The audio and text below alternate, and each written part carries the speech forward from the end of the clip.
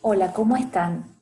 Voy a presentarles en este video una síntesis de las lecturas que realizaron en la clase número 1 de Historia de la Lingüística.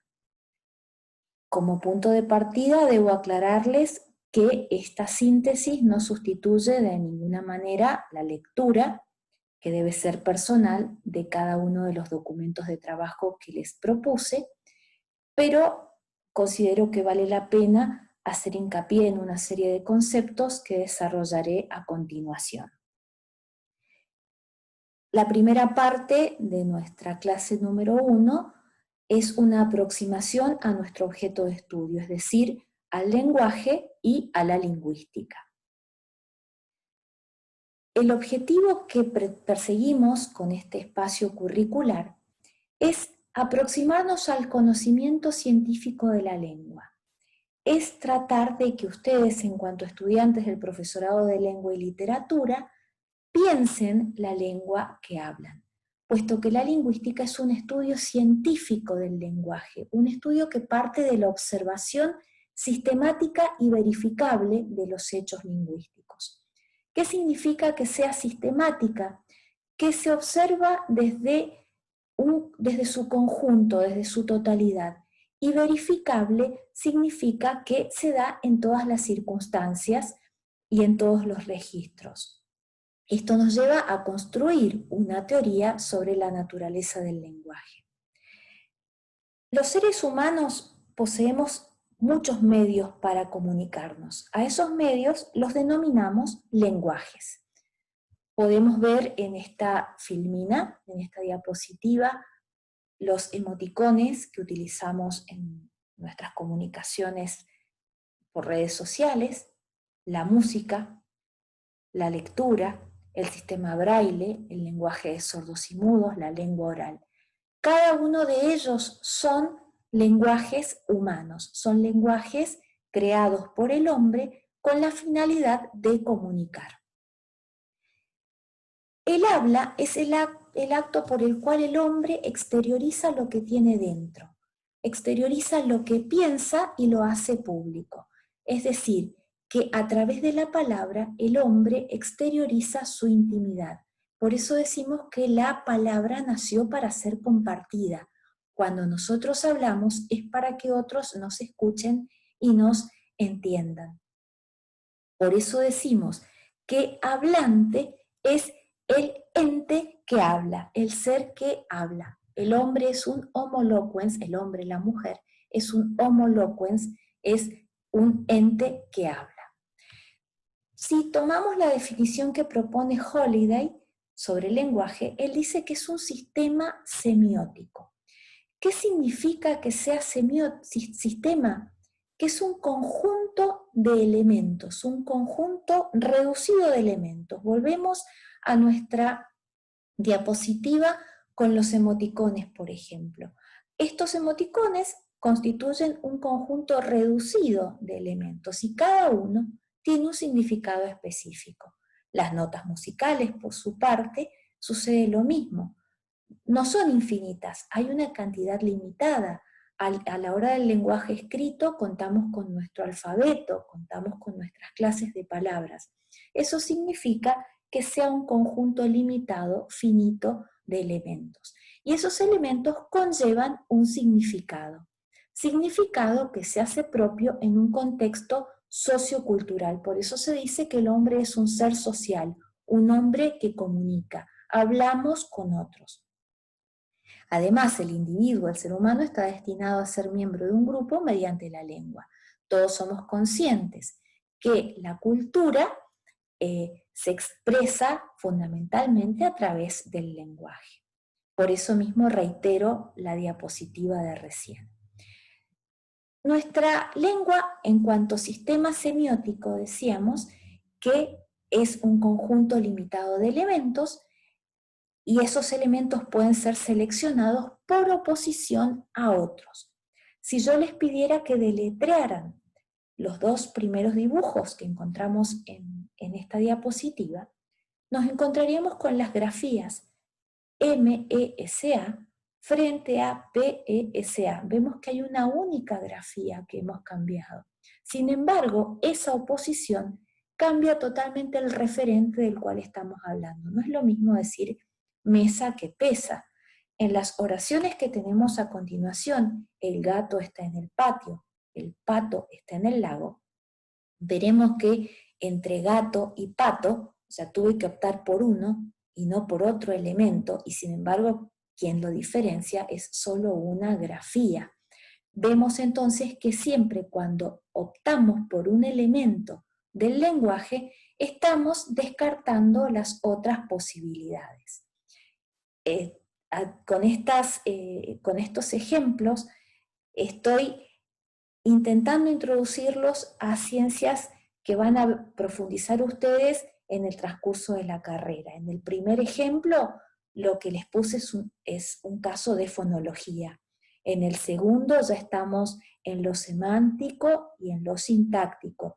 Y finalmente el último ejemplo que les pongo, los chicos hacen gimnasia, los niños y niñas practican deporte, aparentemente el significado es el mismo. Sin embargo, cuando elegimos unos elementos y dejamos de lado otros, es porque al estar haciendo una opción y no la otra, tenemos una intención comunicativa. Podemos decir entonces que el lenguaje es una facultad que nos permite asociar dos órdenes distintos, un significante y un significado. Hablamos de significante cuando nos referimos a la expresión, a aquello que puede ser percibido a través de los sentidos. En el caso de la lengua escrita será la palabra escrita, percibida a través de la vista o del tacto en el caso de que habláramos del braille, en tanto que el significado es el contenido, es la idea mental que tenemos de ese concepto.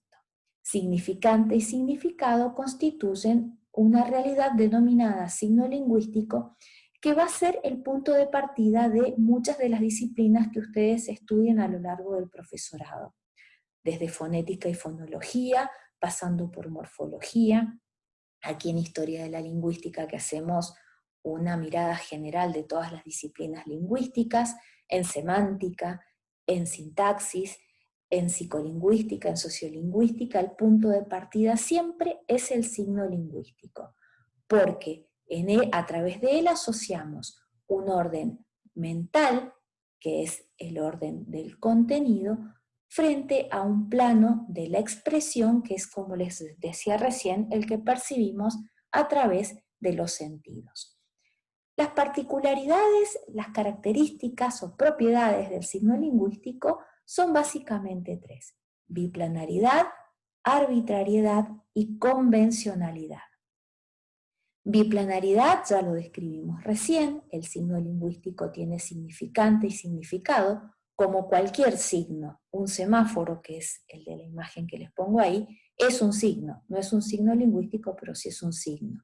El significante, por ejemplo, es la luz roja, el significado que hay que detenerse.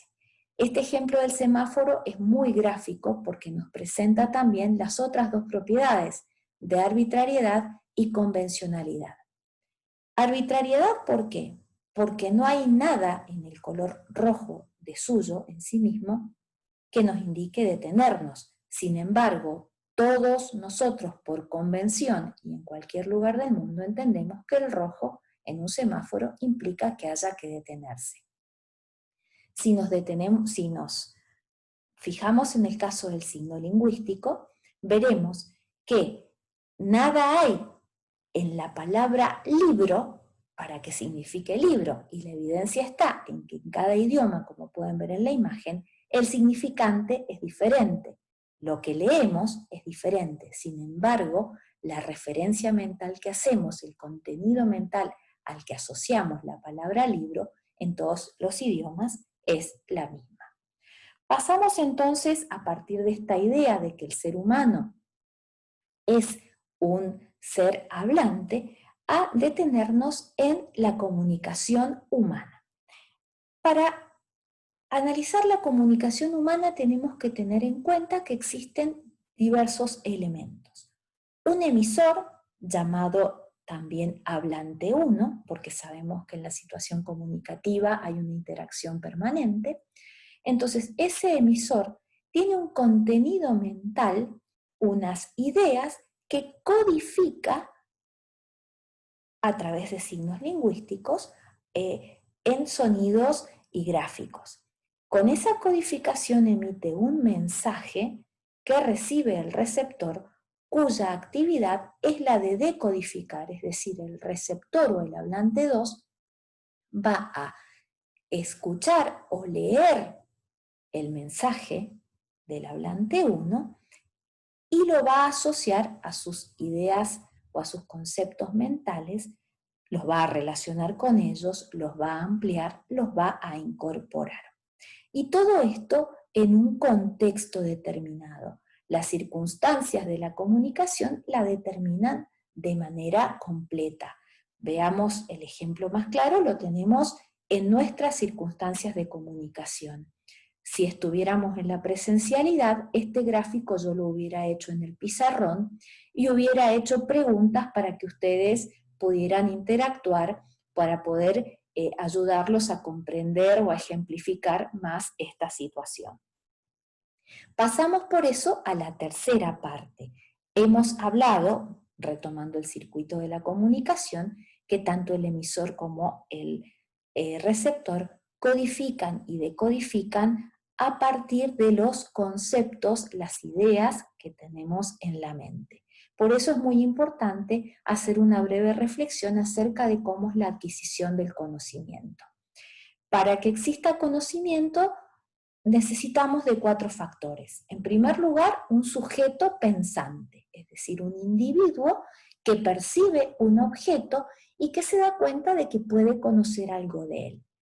Si tuviera que ponerles un ejemplo personal, por más que exista en el mundo la astronomía, a mí no es una materia en la que me interese adentrarme, por lo tanto difícilmente la astronomía se convierta para mí en un objeto de estudio. Yo puse ahí unas plantitas, entonces esas plantitas que puse son el objeto de estudio, el objeto de conocimiento de ese sujeto pensante. Ese sujeto pensante realiza la operación de conocer, que lo hace a través de su voluntad. Por eso allí fíjense que yo puse una imagen de una manipulación de la plantita, me estoy aproximando, la estoy tratando de hacer propia. Entonces, a través de esa operación de conocer, llegamos a la representación mental. Entonces, aquella plantita que yo desconocía, de pronto ya la conozco y se convierte en una suculenta, concretamente en una echeveria. Obviamente, aquí he puesto un ejemplo de un procedimiento mental que realizamos muchas personas. Pongan el ejemplo que ustedes quieran. Precisamente ahora cuando decimos suculenta, esa suculenta hace referencia a un concepto mental y no al adjetivo que podría haberse referido a las comidas como se conoció tradicionalmente. Finalmente llegamos a la comparación que establecemos entre la lengua oral y la lengua escrita. Allí yo les propongo una lista bastante amplia de características que ustedes tienen para comparar. Explico esta introducción de Kenneth Goodman que dice que en las sociedades alfabetizadas, es decir, aquellas que tienen lectoescritura, estas dos formas de lenguaje, oral y escrita, son paralelas entre sí y con ambas puede conseguirse la comunicación. La diferencia entre una y otra es que la lengua escrita está pensada para perdurar a través del espacio y del tiempo, en tanto que la lengua oral es para la comunicación inmediata. Decididamente estamos ingresando en un capítulo aparte en el que se combina lo oral y lo escrito, que tiene también características propias, ¿no? Pero pensemos que la lengua oral es la primera manifestación del lenguaje humano. La adquieren y la desarrollan todos los hablantes por el solo hecho de convivir en una determinada comunidad lingüística. Yo ahí a propósito puse en la imagen a niños de distintas razas. ¿Por qué? Porque lo primero que hace un niño es hablar, escuchar. El niño sonríe cuando sus padres le hablan. Los niños son los primeros en aprender una lengua y entenderla. Cuando una persona, un migrante, tiene que trasladarse de un lugar a otro y desconoce el idioma, lo primero que aprende es la lengua oral. En cambio, la lengua escrita requiere de un esfuerzo, requiere de un aprendizaje sistemático que no termina nunca. La lengua escrita requiere de formación, de entrenamiento, de práctica, es siempre perfectible. Aprovecho aquí para hacerles hincapié en que los medios de comunicación que utilizamos nosotros en estas circunstancias son fundamentalmente escritos, por lo tanto es importante cuidar la ortografía, el uso de los signos de puntuación, el uso de mayúsculas.